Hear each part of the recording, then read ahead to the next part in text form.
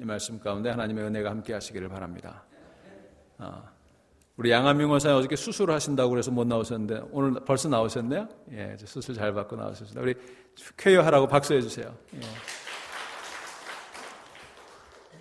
새벽재단 지키기 위해서 수술 다음 날부터 나오셔서 얼마나 감사한지 모르겠어요. 그럼 이따 기도하실 때 이순호 집사님이 입원하셨어요. 임신 중인데 혈압이 많이 올라가서 어저께 갑자기 밤에 입원했습니다. 기도해달라고 전화가 왔어요. 오늘 신방 가야 되겠습니다만 건강할 수 있도록, 아직 태아는 건강하다고 하는데 잘 혈압이 조절될 수 있도록 여러분 기도해 주시기를 부탁을 드립니다. 제가 어저께 저녁에 어느 교회에서 강의가 하나 있어가지고 이제 준비를 다 했어요. 준비를 다 하고 이제 강의안을 만들어서 나눠줘야 돼서 강의안을 프린트하려고 집에서 보니까 제 프린터기가 고장이 난 거예요. 집에 프린터가 2개나 있는데 하나는 고장이 나고 하나는 잉크가 떨어졌어요. 꼭 그렇더라고요. 이 시간은 다가오는데 큰일 났어요. 그래가지고는 여기저기 전화해가지고 좀 가서 프린트 할 수 있냐 전화하니까 그 저녁 시간에 누가 집에 있는 사람이 없더라고요. 그래서 이제 또 가까이 있는 사람 집으로 빨리 가서 좀 나 프린터 좀 할 수 있게 해달라고 했는데 또 시간이 안 맞고 그래가지고는 여기저기 허둥대다가 큰일 났다. 오늘 이제 강의안도 없이 그냥 가야 되겠다. 그리고 이제 새날 장로교회를 가서 강의를 하려고 보니까 거기 가니까 뭐가 있어요? 교회 당연히 프린터가 있잖아요. 그래서 거기 프린터 해가지고 다 나눠주고 강의를 잘 마쳤어요. 제가 그때 생각했습니다. 교회에 길이 있구나. 네. 교회에 해답이 있구나.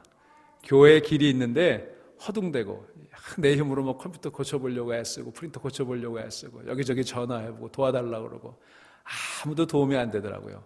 교회가 우리의 도움인 것입니다. 제가 깨달았어요. 여러분, 세상에서 허둥대고 문제 해결하려고 애쓰지 마세요. 교회에 오시면 길이 열리는 줄로 믿습니다. 오늘 이 아침에 여러분의 여러 가지 힘들고 어려운 일들 이 예배당에서 예배하는 동안에 다 해결되고 응답받을 수 있기를 주의 이름으로 축원합니다.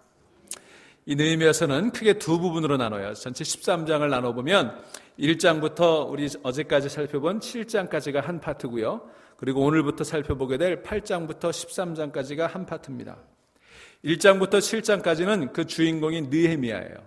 근데 오늘 8장부터 보시면 이제 에스라라고 하는 사람이 등장하는 것을 볼 수가 있습니다. 느헤미야가 정치가이고 행정가라고 하면 이 에스라는 제사장, 종교인이었습니다. 느헤미야가 예루살렘 성벽의 재건이라고 하는 이 일을 막중하게 큰 일을 감당했다고 하면 이제 학사 에스라는, 제사장 에스라는 백성들의 심령, 그 무너진 심령을 재건하고 부흥시키는 그런 일을 감당했던 사람입니다. 그래서 이제 8장부터는 성벽을 다 완성한 이후에 나타난 이스라엘의 영적 부흥 이야기를 하고 있어요. 하나님이 도우시고 백성들이 혼연일체가 되어서 모진 역경을 딛고 마침내 성벽이 52일 만에 완성되었다고 우리가 어저께까지 살펴보았죠. 기적 같은 일이 일어난 거예요. 대적들조차도 그 놀라운 일을 보면서 두려워했습니다. 하나님께서 하셨다. 그렇게 인정했던 거예요. 여러분, 그러나 정말 중요한 건 성벽을 쌓는 일이 아니었어요. 성벽 재건 그 자체가 목적이 아니었습니다. 만일 그게 목적이었다면 이제 느헤미야서는 여기서 끝나야 돼요. 다 끝났잖아요. 만일 성벽 쌓는 일이 목적이었다면 여기서 느헤미야는 이제 낙성식을 해야 돼요. 다 끝났으니까. 사람들 불러 모아놓고 떡 돌리고 축하하고 돼지 잡고 그리고 노래하고 술 먹고 축제를 벌여야 되지 않겠어요? 수고한 사람들 와서 감사패 다 나눠주고 낙성식을 해야 옳았습니다. 그런데 여기 보십시오. 느헤미야는 낙성식을 하지 않습니다. 쭉 느헤미야서 읽어보시면 12장에 가서야 낙성식을 해요. 왜 그랬을까? 그것은 성벽 재건이 목적이 아니었기 때문입니다. 성벽이 재건되었지만 아직 이스라엘 백성들의 마음속에 빈 자리, 뻥 뚫린 자리가 있었기 때문입니다. 영적인 진공 상태가 있었기 때문이에요. 그것까지 세워야 온전한 성벽 재건이 완성되는 것이었습니다. 성이 재건되는 일, 아주 귀한 일입니다. 교회당 건물을 짓는 일, 아주 귀한 일입니다. 교회를 이전하는 일, 아주 귀한 일입니다. 우리 삶의 외적인 조건을 갖추는 일, 아주 중요합니다. 집을 사는 일, 아주 중요합니다. 그러나 더 중요한 건 내 마음의 변화예요. 오늘날 비극은 물질 문명의 발달로 인해서 오히려 정신문화의 각성이 사라져버렸다는 거예요. 풍요로워지면서 우리 정신이 더 황폐해져 가고 있어요. 여러분, 북미 대륙과 남미 대륙을 한번 비교해 보십시오. 영국에서 청교도들이 하나님의 말씀을 마음대로 읽고 가르치는 신앙의 자유를 누리기 위해 북미 대륙으로 건너왔어요. 그와 거의 같은 시기에 구라파의 일단의 사람들이 황금을 구하기 위해서 남미로 찾아왔습니다. 그런데 남미 대륙에 황금을 찾으러 온 사람들은 그 황금도 잃어버리고 삶의 가치도 다 잃어버렸어요. 그러나 주님을 섬기고 주님을 높이는 일에 삶의 우선순위를 두고 북미 대륙을 찾아왔던 저 청교도들은 하나님도 찾고 자유와 번영을 동시에 누릴 수가 있었던 것입니다. 여러분, 하나님의 말씀을 찾으러 떠나는 여러분 되시기를 주의 이름으로 축원합니다. 여러분, 우리 마음속에 놀라운 변화가 일어나서 내가 하나님이 기뻐하시는 사람이 되고 내 마음속에 하나님이 원하시는 것들로 가득 채워지는 걸 부흥이라고 그래요. 그럼 부흥의 정의가 뭔지 아시겠죠? 우리 마음속에 놀라운 변화가 일어나 나는 하나님이 기뻐하시는 사람이 되고 내 마음속에는 하나님이 원하시는 것들로 채워지는 현상을 부흥이라 그런다. 부흥은 숫자가 많아지는 게 아니에요. 부흥은 커지는 게 아니에요. 내 마음속에 변화가 일어나고 나는 하나님 기뻐하시는 사람 되고 내 안에는 하나님이 원하시는 것들로 채워지는 이것이 부흥입니다. 여러분, 이런 부흥이 우리 가운데 있기를 간절히 소망합니다. 그래서 이제 느헤미야는 성벽 재건의 감격도 잠시 잊어버리고 서둘러 영적 부흥에 착수해요.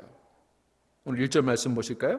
이스라엘 자손이 자기들의 성읍에 거주하였더니 7째 달에 이르러 모든 백성이 일제히 수문 앞 광장에 모여 학사 에스라에게 여호와께서 이스라엘에게 명령하신 모세의 율법책을 가져오기를 청하매 그랬어요.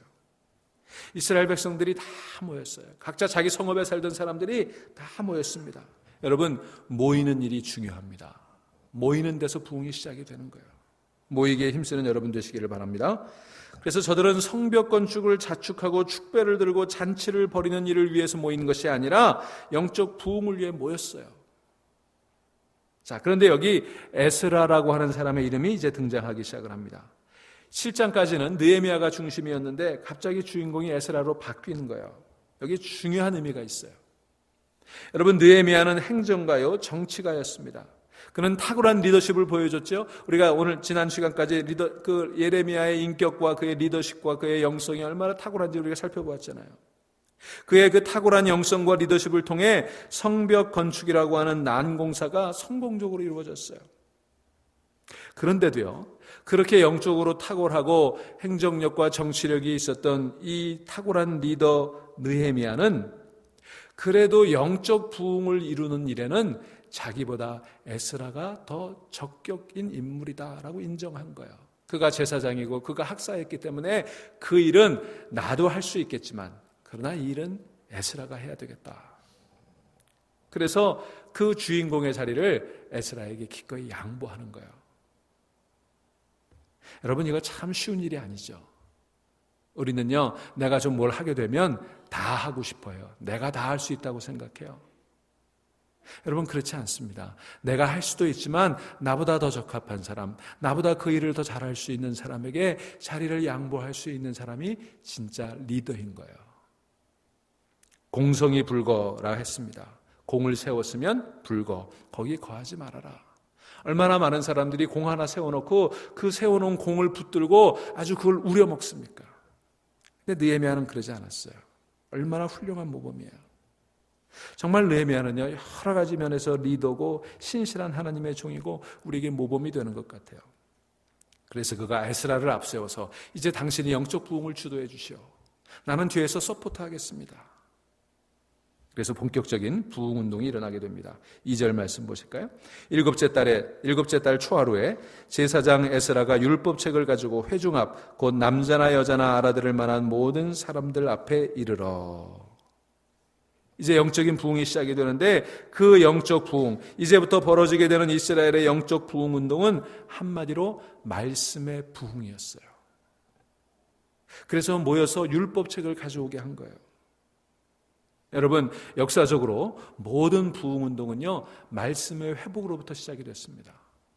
루터의 종교개혁도 말씀부터 시작됐어요. 오직 말씀, 오직 말씀.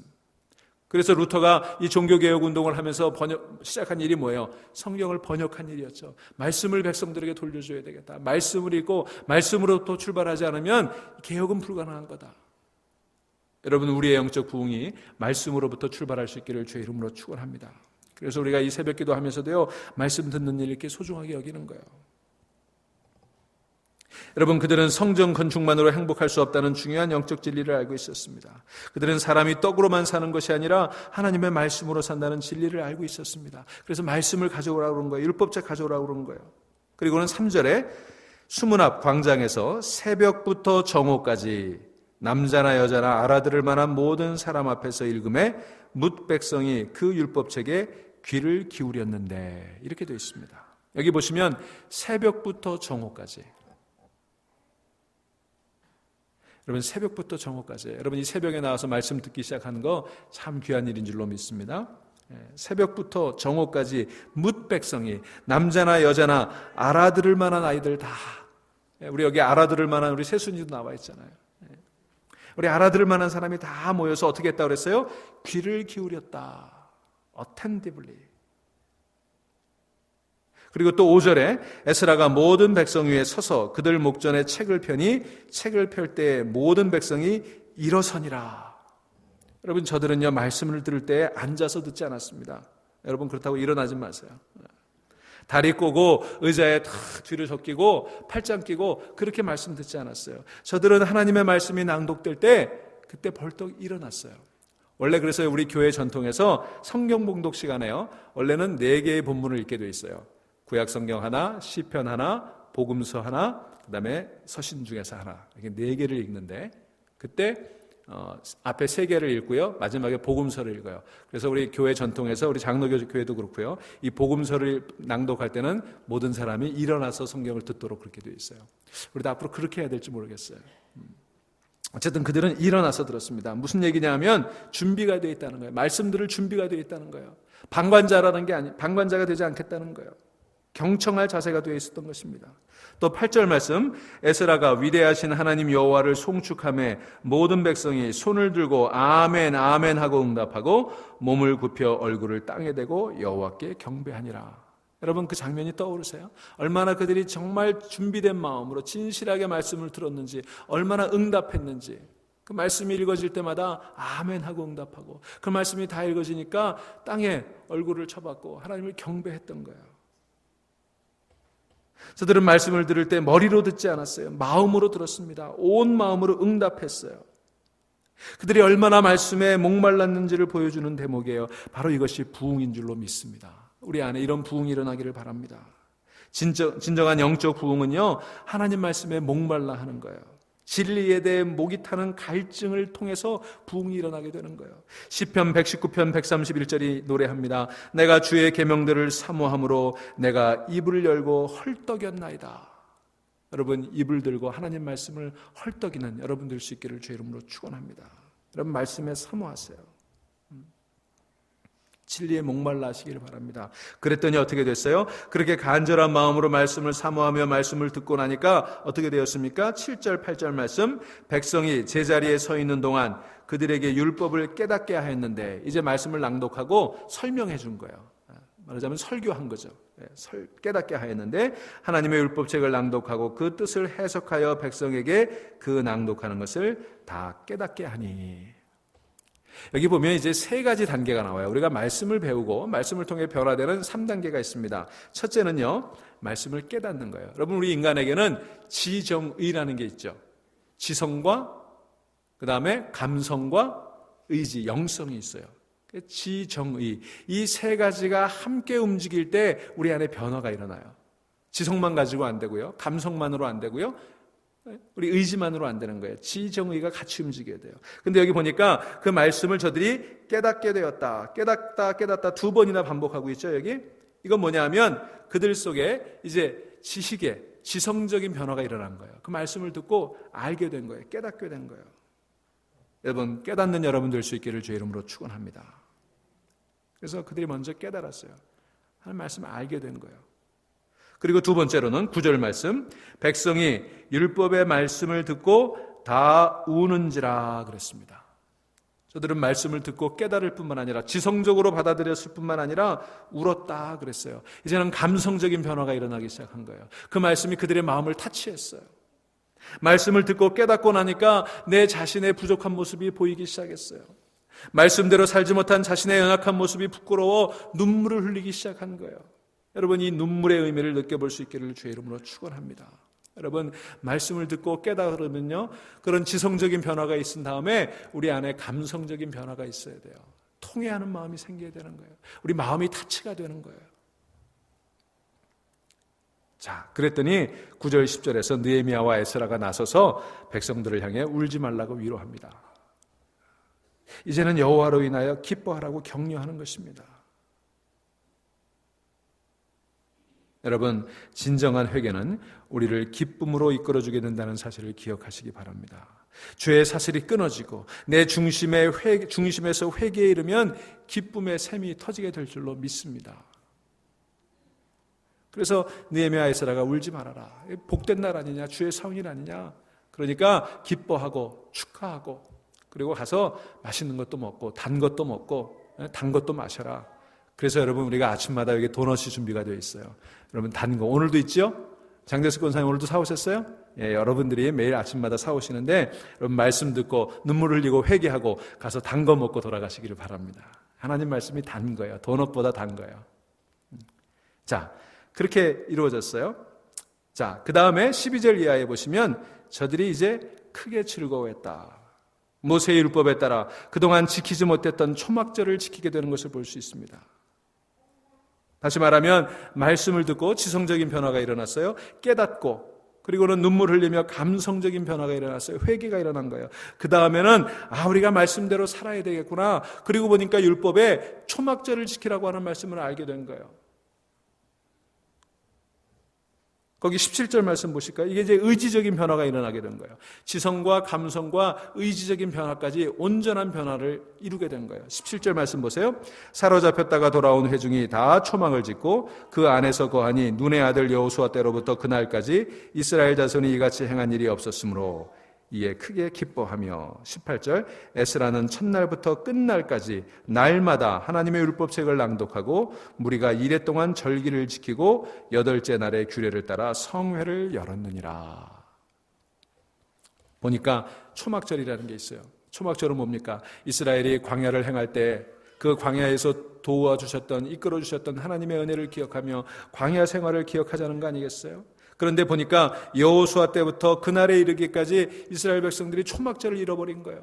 다시 말하면 하나님 말씀에서 떠나 있었고 규례를 지키지 않고 율례를 지키지 않고 절기를 지키지 않고 제멋대로 살았던 거예요. 다시 돌아가자. 말씀으로 돌아가자. 말씀을 지키고 말씀대로 살아가자. 의지적인 변화가 일어났던 거예요.